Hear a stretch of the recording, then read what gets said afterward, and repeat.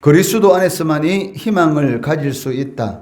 그리스도 안에서만이 희망을 가질 수 있다라는 제목으로 말씀 전하겠습니다. 오늘 본문 말씀은 모든 인간의 전적 타락과 심판 아래 처해진 인간의 상황에 대하여 언급하고 있습니다.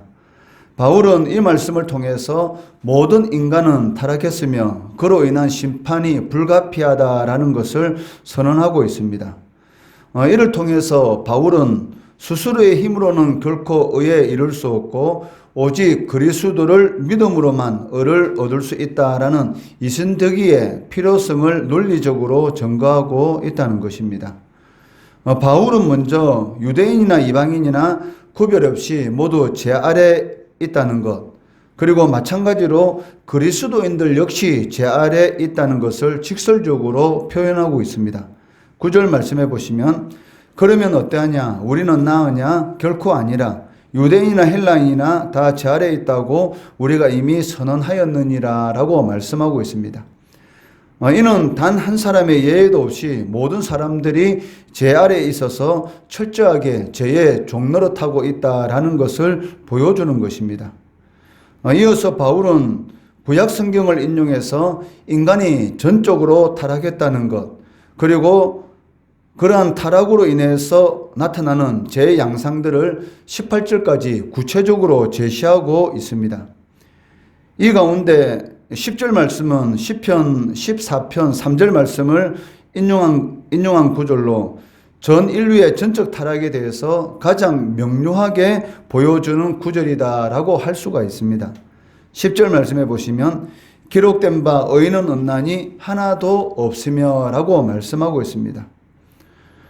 바울은 왜 이 세상에서 의인은 하나도 없다라고 이렇게 구약 성경을 인용해서 선포하고 있습니까? 그것은 인류의 조상인 아담이 범죄한 이후로 이 세상의 모든 사람들은 이 영적인 측면에서 전적으로 타락하고 전적으로 무능하였기 때문이다라는 것을 강조하는 것입니다. 이는 그 율법을 기준으로 해서 율법을 온전히 지킬 수 있는 자는 하나도 없다라는 것을 말하는 것이고, 그렇기 때문에 모든 사람은 오직 예수 그리스도를 믿음으로만이 의에 이룰 수 있다라는 그러한 사실을 증거하기 위해서 구약 말씀을 인용하고 있다는 것입니다. 전적으로 타락한 인간의 가장 큰 문제점이 무엇이겠습니까? 그것은 하나님을 깨닫지도 못하고 하나님께 나아가려는 그런 의지도 전혀 없다는 것입니다. 11절에 보시면 깨닫는 자도 없고 하나님을 찾는 자도 없다라고 말씀하고 있습니다. 하나님을 계속해서 찾는다는 것은 하나님께 나아가려는 적극적인 그런 의지를 가지고 있다는 것입니다. 우리가 매주일마다 하나님의 전에 나와서 모여서 예배 드리는 그 이유가 무엇입니까? 그 하나님을 찾는 것입니다. 하나님을 찾는 자들에게는 하나님께서 상 주시기를 기뻐하신다라고 말씀하고 있는데, 사실 우리가 상 받기 위해서 하나님 앞에 나오는 것은 아닙니다. 하나님께서 구원해 주신 그 은혜에 감사해서 영원한 지옥 형벌을 받을 수밖에 없는 그러한 존재인데도 불구하고 하나님께서 우리의 아무 공로 없이 하나님 앞에 내세울 것 아무것도 없는 그러한 존재인데도 불구하고 어느 순간인가 우리의 마음을 감동시켜 주시고 예수 그리스도를 믿음으로 하나님의 자녀 삼아 주시고, 그리고 하나님 앞에 나와서 예배 드릴 수 있는 그 은혜에 감사해서 우리가 나와서 예배 드리는 것이지 어떤 상을 바라고 하나님 앞에 예배 드리는 것은 아니라는 것이죠. 그런데도 불구하고 하나님께서는 하나님을 찾는 자들에게 상을 주신다라고 말씀하고 있다는 것입니다. 그 이유가 무엇입니까? 그 하나님께서 가장 기뻐하는 것이 바로 하나님을 찾는 자들을 가장 기뻐하시기 때문입니다. 하나님 앞에 나와서 예배드리고 상한 심령으로 하나님 앞에 간절히 구하는 그런 영혼들을 통해서 하나님의 나라를 세우고 하나님의 교회를 세워나가는 것이고, 또 그런 영혼들을 하나님께서 사용하시는 데 있어서 필요한 모든 것들을 공급해 주시는데 그것을 이 상이다라는 그런 말로 표현하고 있다는 것입니다. 하나님 앞에 나와서 예배 드린다는 것, 하나님 앞에 상한 심령으로 간절히 구한다는 것은 하나님께 나아가려는 그런 적극적인 의지를 표출하는 것이다 라고 말을 할 수가 있습니다. 그렇지만 죄로 오염된 인간에게는 이것이 결여되어 있다는 것입니다. 11절 말씀에 깨닫는다라는 것은 이 지적인 영역을 말하는 것이고, 찾는다는 것은 그 의지적인 이 영역을 말하는 것이기 때문에 그 11절 말씀, 깨닫는 자도 없고 하나님을 찾는 자도 없다라는 것은 이 전인격적으로 총체적으로 하나님을 떠나 있는 그 전적으로 타락한 인간의 이런 그 양상을 보여준다라고 할 수가 있다는 것입니다. 타락한 인간의 가장 큰 불행이라면 그 하나님과의 이 회복된 관계에서 오는 이 평강을 누리지도 알지도 못한다는 것입니다. 17절 말씀해 보시면 평강의 길을 알지 못하였고라고 말씀하고 있습니다. 이 말은 그 평강의 길을 알지 못하는 사람들이 이 평강의 길을 떠나서 방황하고 있다라는 그런 의미를 나타내는 것이 아니고, 애초부터 이 평강의 길을 알지 못하고 평강에 들어가 본 적이 없다라는 그런 의미를 가지고 있습니다. 왜냐하면 이 평강이라는 것은 오직 예수 그리스도 안에서만이 가능하기 때문입니다. 이 세상으로부터는 이러한 이 샬롬의 은혜, 즉 평강이라는 것이 있을 수가 없습니다.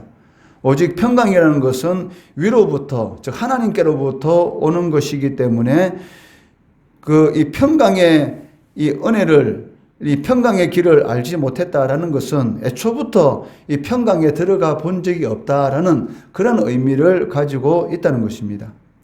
그래서 이사야 선지자는 예수 그리스도를 가리켜서 평강의 왕이다라고 증거하고 있습니다. 이사야 9장 6절 말씀해 보시면, 이는 한 아기가 우리에게 낳고 한 아들을 우리에게 주신 바 되었는데 그의 어깨에는 정사를 메었고 그의 이름은 기묘자라, 모사라, 전능하신 하나님이라, 영존하시는 아버지라, 평강의 왕이라 할 것임이라 라고 말씀하고 있다는 것입니다. 이미 이사야 선지자는 예수 그리스도께서 육신을 입고 아기로 이 세상에 태어날 것이고 그가 누구인가? 바로 평강의 왕이다. 즉 샬롬의 왕이다. 어떤 상황 가운데서도 사망의 음침한 골짜기를 걸어가는 그러한 상황 가운데서도 흔들리지 않도록 붙들어 주시는 왕이시다라고 이미 예언하고 있는 것을 볼 수가 있습니다. 인간이 이 비인간적이고 비양심적이고 도덕적인 일을 서슴지 않는 근본적인 이유가 무엇입니까? 바로 하나님을 두려워하지 않기 때문입니다. 18절 말씀해 보시면 그들의 눈앞에 하나님을 두려워함이 없느니라 라고 말씀하고 있는데, 이것은 전적으로 타락한 인간들의 양상을 잘 보여주는 그러한 말씀이다 라고 할 수가 있을 것입니다. 하나님은 당연히 모든 인간들이 두려워해야 하는 생명의 주인이시고 역사의 주권자이시라는 것입니다.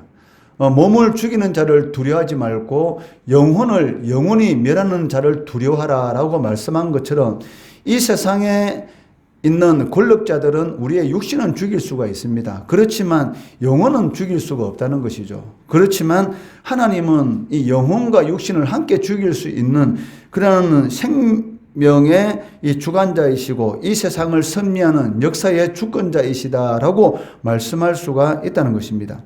그렇기 때문에 모든 인간이 두려워할 분은 당연히 하나님이십니다. 그런데도 불구하고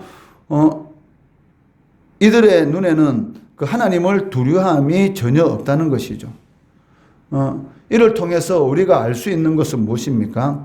인간이 의롭고 바른 삶을 살기 위해서는 그 무엇보다 먼저 인생의 본분인 그 하나님을 경외하는 그런 이 마음을 가져야 한다는 것입니다.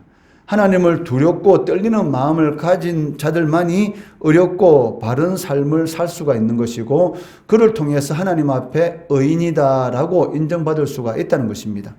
의인은 없나니 하나도 없다.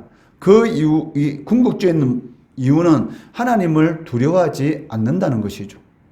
자신이 신적인 존재인 것처럼 이 세상을 살아가고 있다는 것입니다.